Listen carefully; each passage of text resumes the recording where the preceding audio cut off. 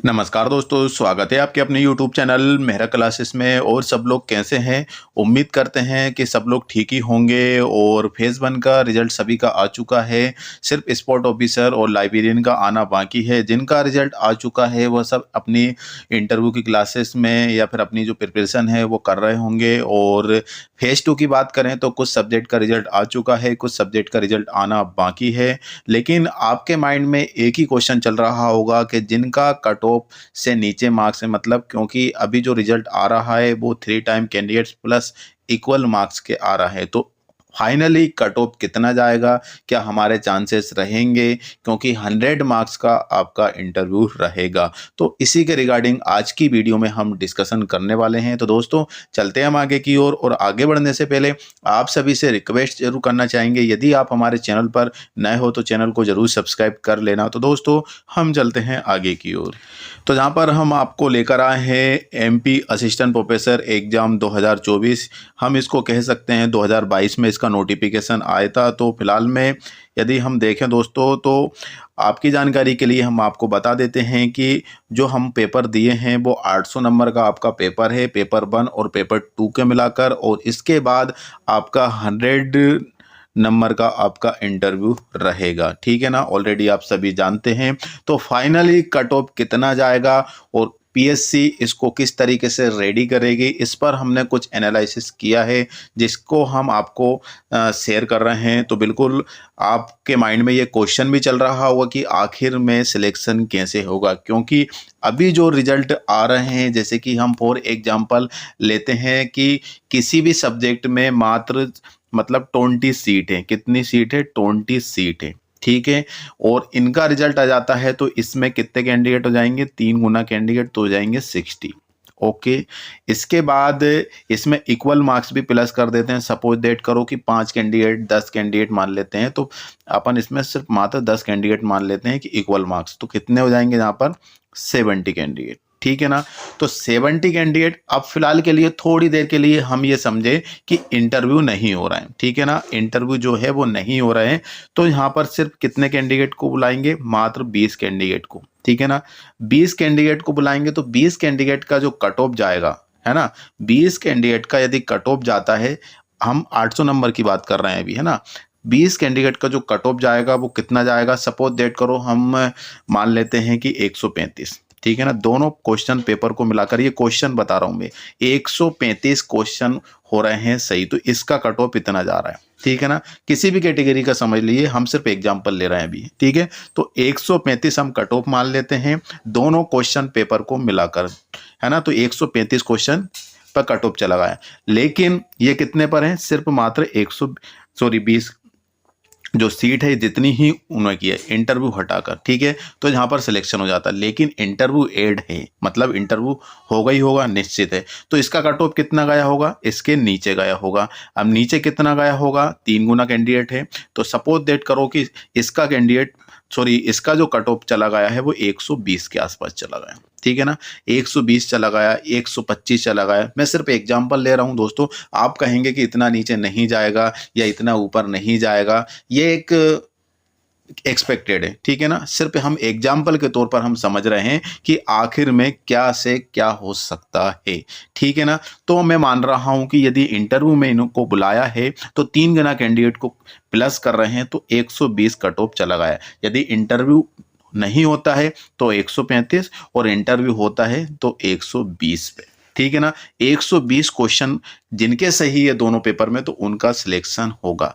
अब 120 में यदि हम 4 नंबर प्लस करते हैं, तो जैसे कि 4 हम कर लेते हैं, ठीक है ना। तो इसमें कितने हो जाएंगे? 12 तिया 36, ठीक है ना। 4 से मल्टीप्लाई कर लेते हैं अपन सबसे पहले। तो 0 की 0 और 12 चूक 48, 480 नंबर यहाँ बन रहे हैं इनके। और यहाँ पर देखें तो 4 से मल्टीप्लाई करेंगे तो 4 5 जा 20 हो जाते हैं, और 4 3 जा 12, तो 12 में 2 प्लस करेंगे तो 14, कैरी आएगा 1, और 4 बन जा 4 और एक 540 मार्क्स यहाँ बन जाते हैं, ठीक है ना। इसकी हम कट ऑफ की बात कर रहे हैं, ठीक है। तो यहाँ से भी सिलेक्शन हो रहा है और यहाँ से भी सिलेक्शन हो रहा है, ठीक है ना। तो अब आपके माइंड में ये चल रहा होगा दोस्तों कि जिनका हाईएस्ट मार्क्स है, ठीक है ना, हाईएस्ट मार्क्स किसी ना किसी के तो होंगे और किसी ना किसी के लोवेस्ट मार्क्स जाएंगे। मतलब एक तो हाईएस्ट मार्क्स पर सिलेक्शन हुआ है और इसके बाद कम वाले का भी हुआ है। 3 गुना कैंडिडेट में यहाँ से पूरे प्लस हो चुके हैं। ठीक है, तो इसके बाद देखा जाए तो अब जो 100 मार्क्स का है, आप सपोज दैट करते हैं हम एक नेक्स्ट पेज और ले लेते हैं जहाँ पे हम समझ जाएंगे। जैसे कि अब 100 मार्क्स का आपका इंटरव्यू हो रहा है, ठीक है ना। अब क्लियर है कि हमारा कितने क्वेश्चन बन रहे थे यहाँ पर, 540 और 480, ठीक है ना। तो ये होगा 540 और इसके बाद कितने बन रहे थे, 480, ठीक है। तो ये होगा 480, ठीक है ना। अब इनमें फाइट करने वाले हैं ये लोग, ठीक है ना, इसमें फाइट करने वाले हैं। अब सपोज डेट करो कि 10 क्वेश्चन पूछे या 5 क्वेश्चन पूछे, हम एग्जांपल ले रहे हैं सिर्फ ये, तो 10 क्वेश्चन पूछ लेते हैं आपसे, ठीक है ना, 10 क्वेश्चन पूछ लेते हैं। अब इससे बनते हैं 10 क्वेश्चन पूछते हैं तो एक क्वेश्चन कितने मार्क्स का हो जाएगा, आपके 10 मार्क्स का ही आपका हो जाएगा, ठीक है ना, एक क्वेश्चन 10 मार्क्स, ठीक है। अब हो सकता है दोस्तों कि यहाँ पर आपका देखा जाए कि इनसे क्वेश्चन नहीं बना, ठीक है ना, 5 क्वेश्चन इनसे बने और 5 क्वेश्चन इनसे बने, ठीक है। तो इसके कितने हो जाएंगे, 50 मार्क्स हो जाएंगे इसके, ठीक है ना, और 50 मार्क्स इसके हो जाएंगे। अब 50 इसमें प्लस करेंगे तो कितने हो जाएंगे, आपको यहाँ पे क्लियर लिखा है 610 नंबर हो जाएंगे। अब इसमें 50 प्लस करेंगे तो कितने हो जाएंगे, यहाँ पे इसको प्लस कर देंगे 0 और इसके बाद 8 5 13 और 4 और 1 5, 530, ठीक है ना, 530 और 610, मतलब इनका यहाँ पे सिलेक्शन हो रहा है लेकिन इनका सिलेक्शन नहीं हो रहा है, ठीक है ना। लेकिन इनको 3 टाइम कैंडिडेट के लिए बुलाया गया है। अब पीएससी क्या करेगी इस चीज़ में, अब मैं आपको यहाँ पे फाइनली चीज़ बता देता हूँ दोस्तों कि यदि इस कंडीशन पर पीएससी फॉलो करती है तो जो 3 टाइम कैंडिडेट जो इनको बुला रहे हैं उनका कोई मतलब ही नहीं रहेगा। वो आपका जज कर रही है, जज क्या कर रही है कि आप में टैलेंट है या नहीं। टैलेंट तो है, नो डाउट, आप नॉलेजेबल है क्योंकि आपने एक रिटन एग्जाम क्लियर किया है, इससे पहले आप नेट सेट पीएचडी होल्डर हैं, यहाँ पर से भी आप नॉलेज लेकर आए। पीएससी का जो मेंस एग्जाम हो रहा है उसमें भी आप क्वालिफाइड हो रहे हैं, मतलब आपके पास नॉलेज तो है, इसमें नो डाउट। लेकिन आप अपने आप को रिप्रेजेंट किस तरीके से कर रही है, यदि यहाँ से कट ऑफ बनाते हैं तो यहाँ पर इनका नुकसान हो जाता है जिनका कम नंबर है, और इनका पूरी तरीके से फायदा हो जाता है। क्यों, क्योंकि इनके पहले से ही मार्क्स ज़्यादा है, ठीक है। अब इसके बाद यदि पीएससी ओनली किस पर लेती है, इंटरव्यू बेस पे ही ले लेती है यहाँ पर, क्योंकि ये तो ये समझ लो कि आपका जिस तरीके से नेट सेट होता है ना, नेट और आपका सेट और पीएचडी, ठीक है ना, ये पीएचडी होगा। ये एलिजिबिलिटी है, किसकी एलिजिबिलिटी है, हम असिस्टेंट प्रोफेसर में फॉर्म फिलअप कर सकते हैं, लेकिन इसके कोई मार्क्स तो नहीं मिलते हैं, बिल्कुल नहीं मिलते हैं।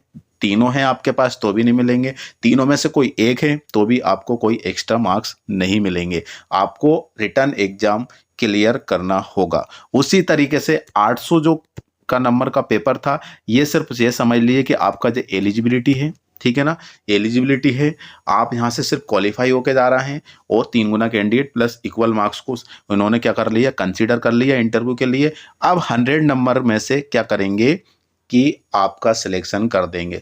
जो जितना अपने आप को रिप्रेजेंट करता है, कितने अपने सब्जेक्ट में नॉलेज है, हॉबी से रिलेटेड क्वेश्चन बन रहे हैं तो आप किस तरीके से आंसर दे रहे हैं और किस तरीके से अपने आप को रिप्रेजेंट कर रहे हैं। क्योंकि दोस्तों स्टडी जो होती है वो कोई भी एक कमरे में बैठकर आसानी से पढ़ सकता है, लेकिन जब इंटरव्यू की बात आती है, जब हम लेक्चर लेते हैं या फिर हम किसी स्टेज पर जाकर कोई टॉपिक पर बोलना होता है, यदि हम नहीं बोल पाते हैं तो जितना हमारा नॉलेज है ना वो कोई मतलब का नहीं रहता है, ठीक है ना। आपको नॉलेज है लेकिन रिप्रेजेंट नहीं कर पा रहा है तो फिर आप स्टूडेंट को कैसे पढ़ा पाएंगे, समझ रहे हैं। तो वही बात, यदि यहाँ से क्वेश्चन ले लेते हैं, यहीं से यदि सिलेक्शन हो जाता है 100 मार्क्स का, तो इनका सिलेक्शन यहीं से हो जाएगा। तो टेंशन जिनके कम मार्क्स हैं उनके लिए मैं कहना चाहूँगा कि आपको भी टेंशन नहीं लेना है, यदि आप अपने आप को रिप्रेजेंट सही तरीके से कर रहे हैं, ठीक है ना, पूरे कॉन्फिडेंस के साथ, और इसके बाद जिस क्वेश्चन आपसे पूछा जा रहा है उस क्वेश्चन का आंसर आप सही तरीके से दे रहे हैं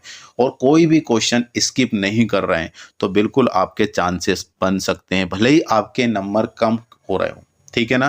क्योंकि यहाँ पर यदि इस कंडीशन पे हो जाता है ना तो फिर आपको ही नुकसान होगा, लेकिन पीएससी ऐसा नहीं करेगी, इसीलिए इन्होंने 100 मार्क्स का इंटरव्यू रखा है। एमपी टेक सेशन में ओनली 50 नंबर का था, लेकिन असिस्टेंट प्रोफेसर में 100 नंबर का आपका इंटरव्यू है। तो इसी रिगार्डिंग उन्होंने इंटरव्यू 100 मार्क्स का रखा है। तो जो कम नंबर है लेकिन वो क्वालिफाइड तो कर रहे हैं ना, क्वालिफाइड कर रहे हैं। उनका कहना भी यही कि 3 टाइम कैंडिडेट में से ही चूज करेंगे कि आखिर में जो 20 सीट है वो किसको दी जाएगी, ठीक है ना। तो वह उन्हीं को जज करेंगे और उन्हीं को रिगार्डिंग क्या होता है दोस्तों कि बहुत सारे कैंडिडेट ऐसे होते हैं कि जिनके परसेंटेज कम बनते हैं लेकिन नॉलेजेबल बहुत अच्छे होते हैं, रिप्रेजेंट अच्छा करते हैं, है ना। अपने आप को रिप्रेजेंट करने की बारी आती है ना तो बहुत अच्छे तरीके से रिप्रेजेंट करते हैं, लॉजिक से और point to point cut to cut बातें करते हैं। और उनकी टॉपिक जो समझाने का तरीका होता है ना बहुत ज़बरदस्त होता है। और वहीं पे बात करें डीपली से तो हम करें तो अच्छे से नॉलेजेबल, परसेंटेज अच्छे हैं लेकिन वो समझा नहीं पा रहा है तो वहाँ पर उसकी वैल्यू थोड़ी सी कम हो जाती है। तो इसी रिगार्डिंग 3 गुना कैंडिडेट प्लस इक्वल मार्क्स के कैंडिडेट को यहाँ पर बुला रहे हैं इंटरव्यू के लिए। तो जिनके कम मार्क्स हैं टेंशन नहीं लेना है, आपका भी सिलेक्शन होगा यदि आपने रिप्रेजेंट इंटरव्यू में अच्छे से फेस किया तो, ठीक है ना। तो इसके रिगार्डिंग हम इंटरव्यू क्लासेस चला रहे हैं, बहुत कैंडिडेट हमसे जुड़ चुके हैं और वीक में 3 से 4 क्लास और एवरी संडे को मॉक इंटरव्यू क्लासेस रहती है। तो आप बिल्कुल जुड़ सकते हैं और हमारे वीडियो के डिस्कशन में हमारे एप्लीकेशन की लिंक है, आप डाउनलोड कीजिए, डेमो लीजिए और इसके बाद आप ज्वाइन कर सकते हैं। और वहाँ पर जो नंबर भी दिए हैं उस पर आप कॉल या SMS कर सकते हैं। तो दोस्तों उम्मीद करते हैं कि जो हम आपको समझाना चाह रहे थे आप अच्छी तरीके से समझ गए होंगे और यही होना है। बाकी आपके अकॉर्डिंग क्या हो सकता है कमेंट सेक्शन में आप हमें कमेंट्स कर सकते हैं। तो दोस्तों आज के लिए बस इतना ही है। जिनका रिजल्ट अभी नहीं आया है वह रिजल्ट आ जाएगा 2 से 3 दिनों के अंदर। लाइब्रेरियन स्पोर्ट ऑफिसर की जो रिजल्ट आना बाकी है तो 30 नवंबर तक आप वेट कर लीजिए, है ना। 30 नवंबर तक आपका जो रिजल्ट है फाइनली आ जाएगा, क्योंकि आपका जो इंटरव्यू है वो मार्च अप्रैल तक जा रहा है।